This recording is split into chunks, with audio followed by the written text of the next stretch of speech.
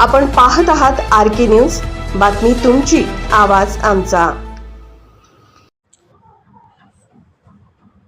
जयसिंगपूर येथील श्री सिद्धेश्वर यात्रेत मोठा आर्थिक घोटाळा, कमिटीवर गुन्हा दाखल करण्याची मागणी।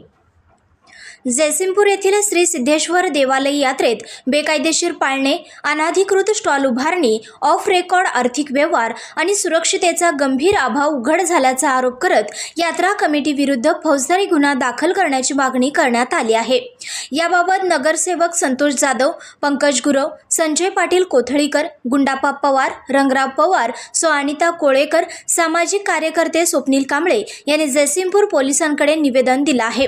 यात्रेत मोठे पाळणे उभारण्याचे काम सुरू असताना पाळणा मालक चालकांकडून तब्बल 33 लाख रुपये घेण्याची कबुली ट्रस्टच्या अध्यक्षांनी दिल्याचा गंभीर आरोप करण्यात आला आहे।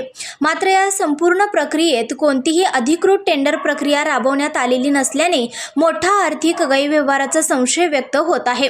प्रत्यक्षात गोळा झालेल्या रकमेचा आकडा लपवला जात असून व्यवहारात पारदर्शकतेचा पूर्ण अभाव असल्याचे निवेदनात नमूद करण्यात आले आहे। यात्रेसंबंधीचे महत्त्वाचे निर्णय घेताना स्थानिक लोकप्रतिनिधी, शासकीय अधिकारी, राजकीय पदाधिकारी आणि प्रसार माध्यमांना विश्वासात न घेता एकतर्फी निर्णय घेतल्याने प्रशासकीय समन्वय बिघडल्याचा आरोप करण्यात आला आहे। विशेष म्हणजे शासकीय परवानगी न घेता पाळणे व मनोरंजक साधने उभारली जात असून कोणत्याही पाळण्याचा विमा काढलेला नाही किंवा स्ट्रक्चरल ऑडिटही करण्यात आलेले नाही। त्यामुळे नागरिकांच्या जीवितास गंभीर धोका निर्माण होण्याची शक्यता वर्तवण्यात येत आहे।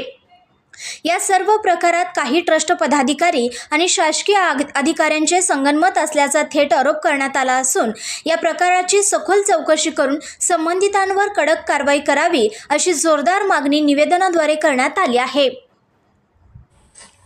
RK न्यूज चॅनलला लाईक करा, शेअर करा आणि सबस्क्राइब करा।